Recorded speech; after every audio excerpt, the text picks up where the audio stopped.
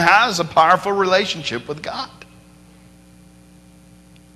It's when we become passive about our own salvation. It's when we become nonchalant, we become passive about our, and we're not shunning evil in our own life. And we're not really putting a big emphasis on, we're not really concerned about sin. It doesn't really bother us. We become comfortable with it. That's when we become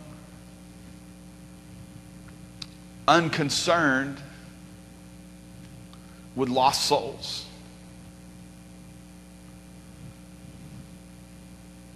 So many have asked, Pastor, how do I get that? How do I get that concern for the lost? I mean, I'll be honest with you. I don't want to see people go to hell, but I can't honestly say that I'm overly concerned about it. How do I get that burden for reaching the lost? By becoming burdened about your own soul first.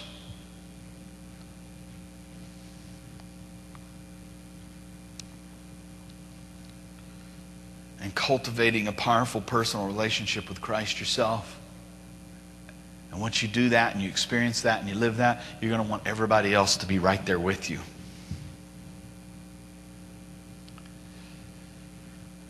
I want to talk to you secondly about faith in God for troublesome times. I'm talking about the job of Job's faith.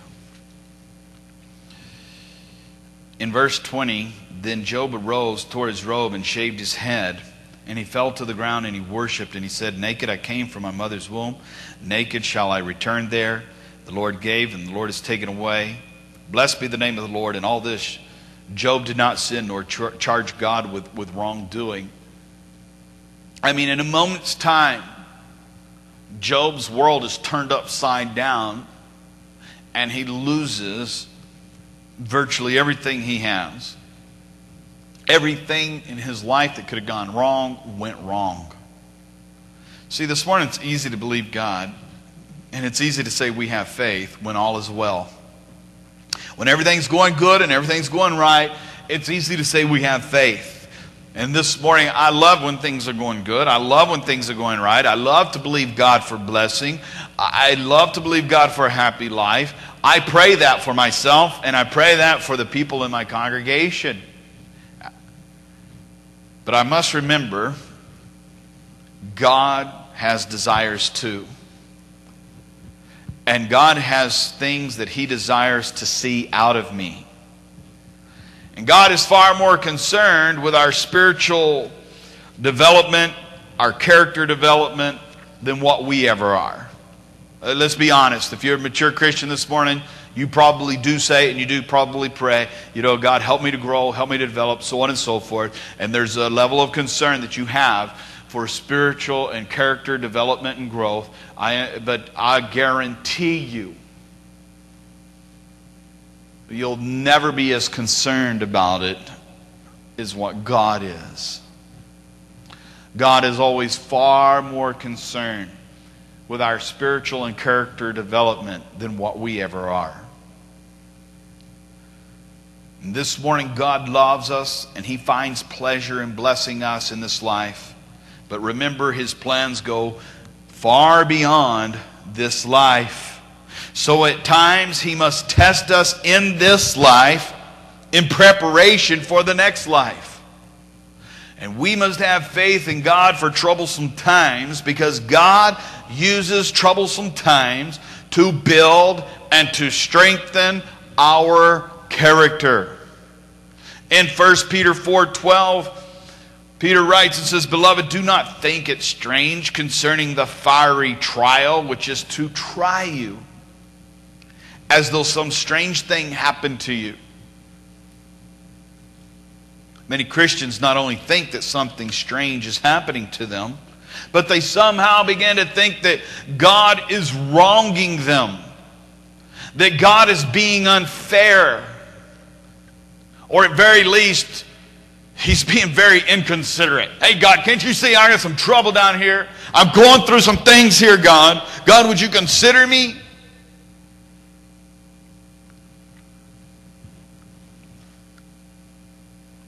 As God's people, we must learn to keep our attitude in check during troublesome times. Because the wrong attitude will be a reflection that within your heart you are departing from true faith. See, this morning, it is impossible for God to do wrong.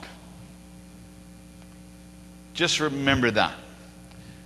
It is impossible for God to make a mistake. It is impossible for Him to do wrong.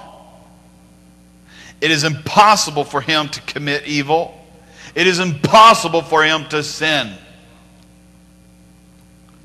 Doing wrong comes very natural to you and I, but for God it is simply impossible. Because God is the very essence of all that is good. Jesus Himself said, there is none good but God. Romans 8, chapter 28 says, and we know that all things work together for the good to those who love God and those who are called according to His purpose. All things work together for the good. That means even the troublesome things and the seemingly bad things that happen to you and the bad things that happen in life, it all works together for the good. God has a much greater purpose and a much greater thing at work that goes far beyond our small little individual lives. See, in living for God, we have to accept all that life brings our way and respond accordingly to the situation. With our faith intact for troublesome times, because God has much larger plans at work in the world, once again, that go far beyond the small little plans that we set in our own little lives. Be careful to watch your heart during times of adversity. Job chapter 2, verse 7.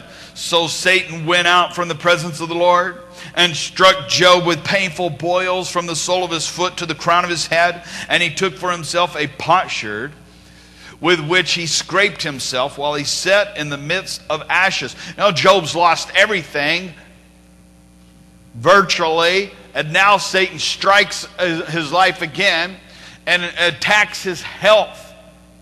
And he's sitting in ashes, which means he's fasting and praying. That's no fun.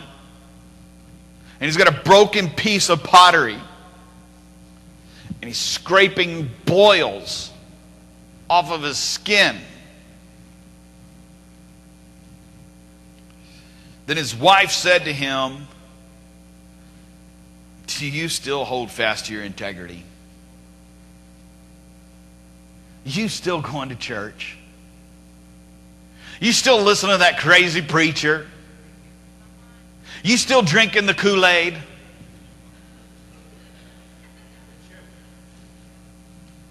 You still praying? You still think, curse God and die?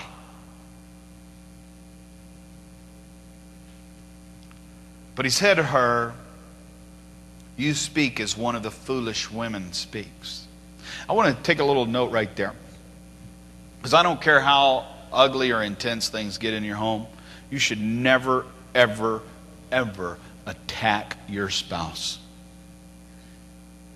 I want you to notice something.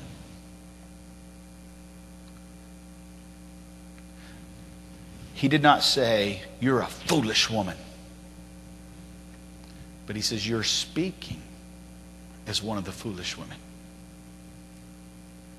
In other words, you're better than this. This is not you, characteristic of you. You shouldn't be behaving this way. You talk to my wife and she will tell you that I'm very, very particular about how words are communicated, how words and sentences are structured. My wife, has before, lashed back and says, hey, I'm not. And I said, I didn't say you. I said, you're acting like. And you're better than that. I want to see you. I've told my sons before, then they've gone through different things in their life, and listen, son, you